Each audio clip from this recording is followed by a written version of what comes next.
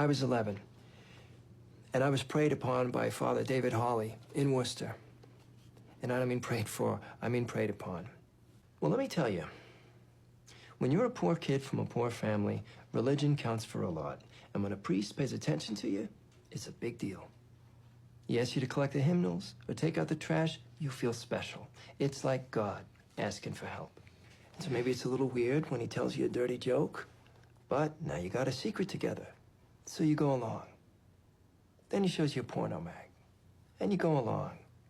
And you go along, and you go along, until one day he asks you to jerk him off or give him a blowjob. And so you go along with that too, because you feel trapped, because he has groomed you. How do you say no to God, right? I was 12. Just after my dad killed himself. He offers to take me to get ice cream.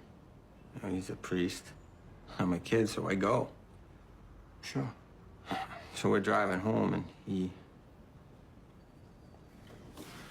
he starts patting my leg, and, you know, then his hand just slides right up, and he grabs my dick. You know, I just froze up. I was fucking petrified. I couldn't move. I didn't know what to do. I was just a little kid. Yeah.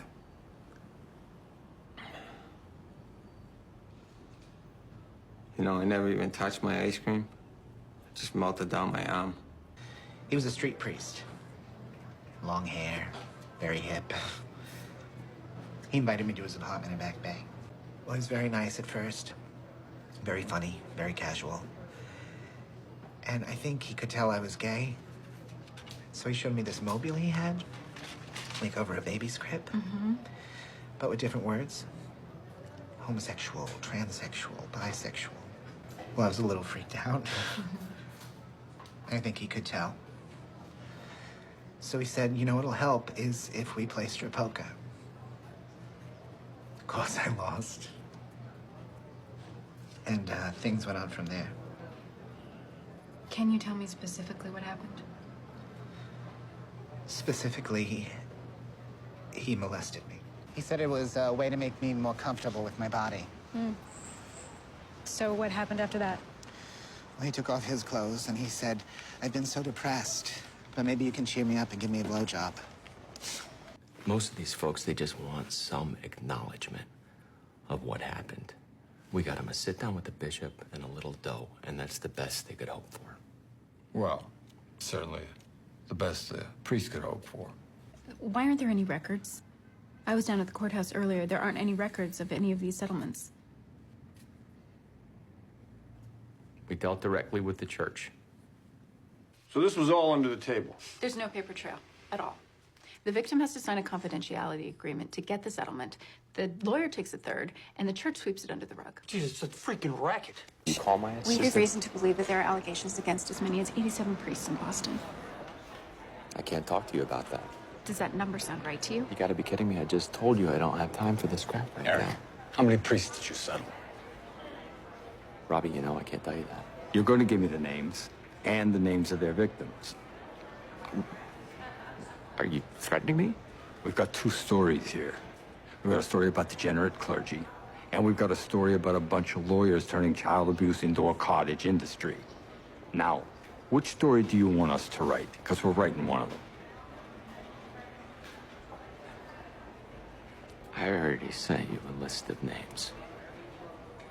What are you talking about, to whom? The Globe, years ago. After the Porter case, I got plenty of calls. I had 20 priests in Boston alone, but I couldn't go after them without the press. So I sent you guys a list of names, and you buried it. Our family is rooted in the church. Our desire is to protect the holy orders. Even in the midst of our agony over the 7 boys in our family who have been violated. 7, Robbie. 7 boys. It was suggested we keep silent. We did not question the authority of the church 2 years ago, but since Father Gagan is still in his parish, Michi sent it to law, and law did shit. Here's another one to law, same year. Listen to this. A word on the recent assignment to Father Gagan as an associate at St. Julia's in Weston. Father Gagan has a history of homosexual involvement with young boys. I understand his recent departure from St. Brendan's may be related to this problem. I wonder if Father Gagan should not be reduced to just weekend work while receiving some kind of therapy.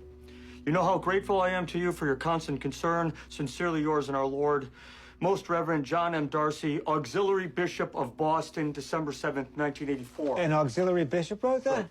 That's incredible. He broke ranks. I mean, when did Gallant write her letter? 1984. And Law just ignored it. How do you ignore that freaking letter? We got him. You can't read these letters and think anything else. It's proof. Yeah, it is. This is good work. Should we take it up to Ben? No, not yet. Why not? We got Law. This is it. No, this is law covering for one priest. There's another 90 out there. Yeah, and we'll print that story when we get it, but we got to go with this now. No, I'm not going to rush the story, Mike. We don't have a choice, Robbie.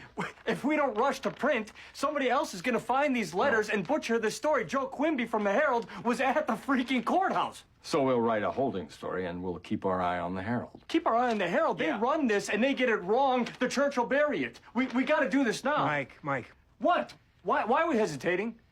Barron told us to get Law. This is law. Barron told us to get the system. We need the full scope. That's the only thing that will put an end to this. Then let's take it up to Ben. Let him decide. We'll take it to Ben when I say it's time. It's time, Robbie. It's time. They knew, and they let it happen. 2 kids. Okay? It could have been you. It could have been me. It could have been any of us. We gotta nail these scumbags. We gotta show people that nobody can get away with this. Not a priest or a cardinal or a freaking pope.